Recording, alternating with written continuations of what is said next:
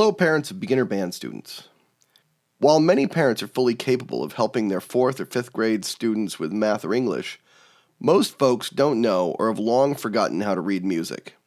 The good news is that the beginning concepts are very easy. We'll start with pitches. Almost all written music is done on a staff, a set of 5 lines. At the beginning of each staff is either a treble clef used for instruments that play higher notes, or a bass clef for those like trombone that play lower notes. The musical alphabet has the letters A through G repeated. Notes are placed either on a line or in the space between lines, and each one represents one of those notes. Notes are placed on the staff sometimes on extra lines below or above the staff. These are called ledger lines. Each pitch on the staff can be lowered or raised a half step. These are called sharps and flats. If you picture a piano keyboard, these are the black keys. As a beginner, band students are introduced to 3 to 5 notes at first, and over the next several weeks, new notes are introduced. Rhythm is represented by differently shaped notes. Behind any music that is played in a group is the pulse. This is the steady beat provided by the teacher or conductor. The quarter note is the most basic unit of rhythm, and for the purpose of this video, will represent the pulse. In written music, you will find that the staff is split into vertical lines called bar lines. The spaces between these is called a measure. These separate music into sections that each have a certain amount of beats in them. You can think of these like the periods placed at the end of a sentence. Without division, it would be difficult to read both music and written language. At the beginning of each line of music is a set of 2 numbers called a time signature. The top number is how many beats or pulses are in each measure. The bottom number represents the type of note that represents the beat. Until they are several years in, when things get more complicated, this bottom number will always be a 4, which represents the quarter note.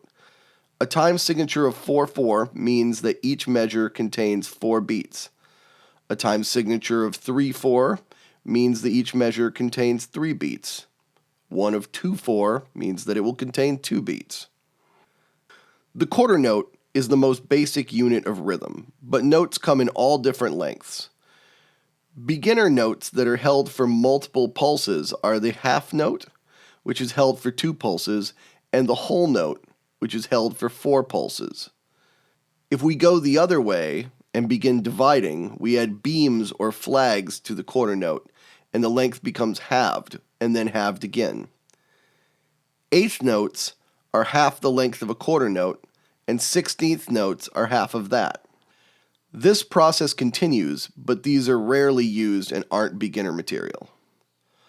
All of these note values have a corresponding symbol called a rest, which represents that amount of silence.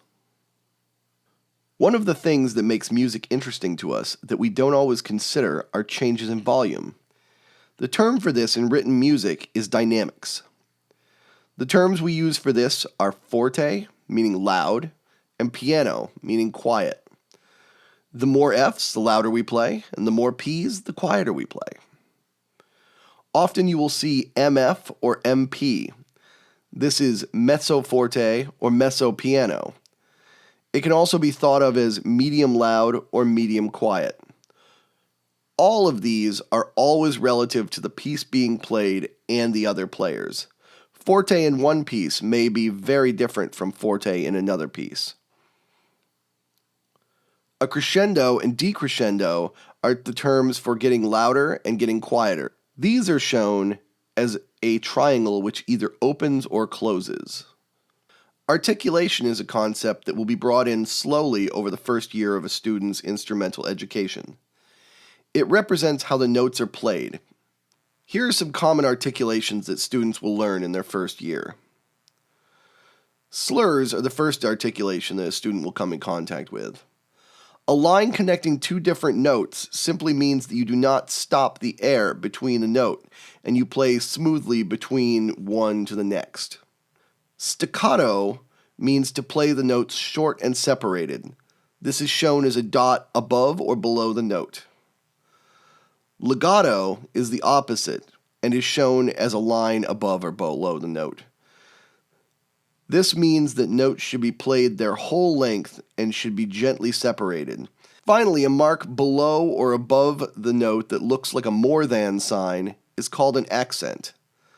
This means that any note with this marking is played slightly louder than the rest of the notes.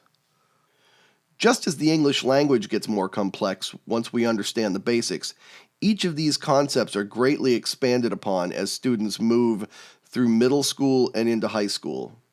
However, even having this basic understanding of music will allow you not only to help them as beginners, but will allow you to be able to discuss music with them as they move forward in their musical journey.